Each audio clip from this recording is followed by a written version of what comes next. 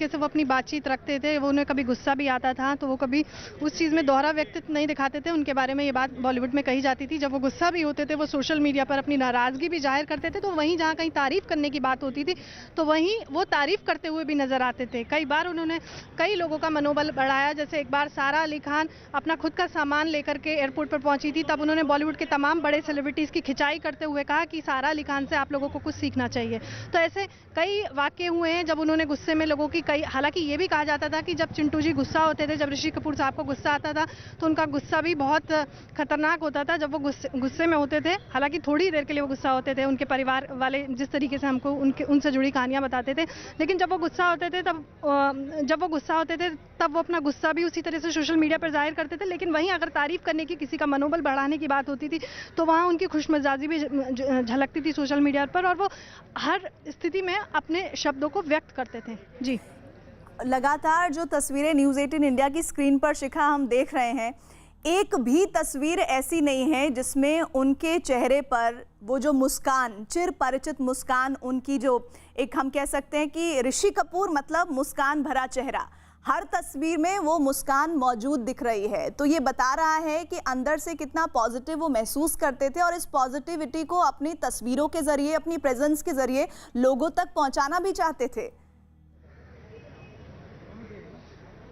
जी बिल्कुल, देखिए प्रीति, अगर हम उनके पिछले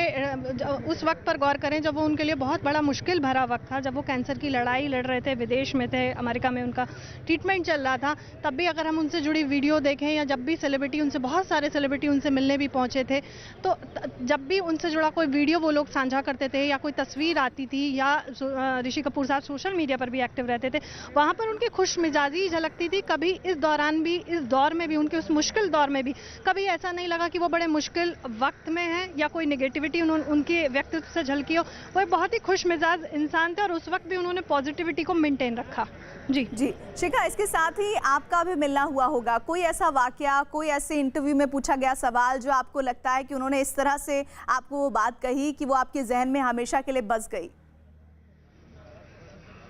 जी बिल्कुल प्रीति, देखिए जब कई खबरों को लेकर मैं उनको तंग किया करती थी तब वो अक्सर कहते थे कि देखो, क्योंकि जब देखिए हम सेलिब्रिटी से मिलते हैं तो कई बार हम प्रोफेशनली मिलते हैं, कई बार पर्सनली मिलते हैं, तो कहते थे, उनका जब भी मेरी उनसे एक दो बार बातचीत हुई है या तो मैं अपने किसी ऑफिशियल किसी इवेंट को लेकर उनसे बातचीत करती थी, तो सबसे उनकी अमेजिंग बात ये थी, वो फ़ोन उठा के ही पूछते थे, आज प्रोफेशनली आपने फ़ोन किया है या पर्सनली आप फ़ोन कर रही हैं? प्रोफेशनली अगर आप फ़ोन कर रही हैं तो आप समझ लीजिए मैं अवेलेबल नहीं हूँ और मुझे किसी खबर के लिए फ़ोन मत कीजिएगा। तो देखिए ये उनकी जिंदा दिली थी कि वो डांटते भी थे अगर कभी तो बहुत प्यार से डांटते थे और उनमें बहुत अपनापन झलकता था। जी शिखा, और ये तस्वीरें और वहीं दूसरी तरफ उनकी अंतिम प्रक्रिया की वो तस्वीरें ये बता रही हैं कि कैसे आज एक लंबा सफ़र तय करने के बाद जीवन के अंतिम पड़ाव पर ऋषि कपूर पहुंच चुके हैं। लेकिन